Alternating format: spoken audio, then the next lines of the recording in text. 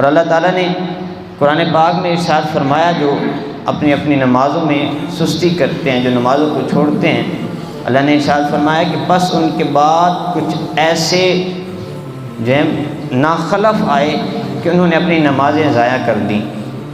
جو ہے آگے ارشاد فرمایا ان قریب وہ غے میں چلے جائیں گے۔ کیا اب غے سے کیا مراد ہے؟ غے جہنم کی ایک وادی ہے، اور دیکھیے وہ جہنم کی وادی کس جگہ ہے کہ جب جہنمی کو آگ جلائے گی تو ان کے جسم سے جو پیپ اترے گی، وہ پیپ جس خانے میں جو ہے جہنم کے جس خانے میں جائے گی اس کو کہتے ہیں غے۔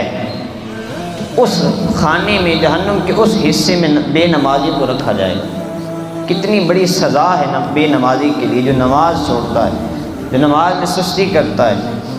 اور دیکھیے کہ جب اگر نماز نہیں پڑھیں گے تو پھر ہلاکت ہوگی، رسوائی ہوگی، ضلالت ہوگی، پھر خرابی ہوگی، پھر بندہ اس دنیا میں بھی رسوا ہوگا اور آخرت میں تو رسوا ہونا ہے۔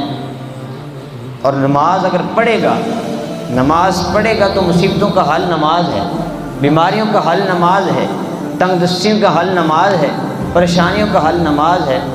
ہر ایک بیماری کا حل وہ نماز میں ہے۔ نماز پڑھیں گے تو جو ہے وہ آپ کو شفا ملے گی۔ اگر نماز چھوڑ دیں گے تو پھر خرابی ہوگی، اللہ کا محبوب بھی ناراض ہوگا، اللہ بھی ناراض ہوگا۔ اگر آپ چاہتے ہیں کہ اللہ کا محبوب راضی ہو جائے تو پھر آپ کو چاہیے کہ ہم نماز پڑھیں، ہم سب کو چاہیے۔ اور حضور علیہ السلام سے نماز کے ساتھ بڑی محبت فرماتے تھے۔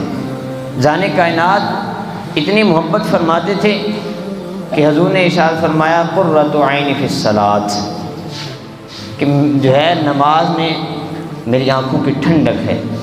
اگر اب آج ہم حضور کے امتی ہو کر یہاں نماز پڑھیں گے تو حضور کی روضہ اقدس میں آنکھیں ٹھنڈی ہوں۔ کہ ہم چاہتے نہیں کہ حضور کی آنکھیں ٹھنڈی ہوں؟ چاہتے ہیں کہ نہیں چاہتے؟ تو پھر جو ہے عہد کریں کہ آج سے ہم نے 5 وقت کی نماز پڑھنی ہے، تاکہ حضور علیہ السلام کی آنکھیں روضہ اقدس میں ٹھنڈی ہوں۔ اور حضور نے ارشاد فرمایا الصلاۃ نور المؤمن، کہ یہ نماز ہے یہ مومن کے لیے نور ہے۔ اب ہر شخص نے پل صراط سے گزرنا ہے کہ نہیں گزرنا ہے۔ تو اب وہاں تو اندھیرا ہوگا، وہاں کے لیے روشنی چاہیے تھی، وہاں کے لیے لائٹ چاہیے تھی۔ تو حضور نے ارشاد فرمایا یہ دنیاوی لائٹیں وہاں کام نہیں آئیں گی۔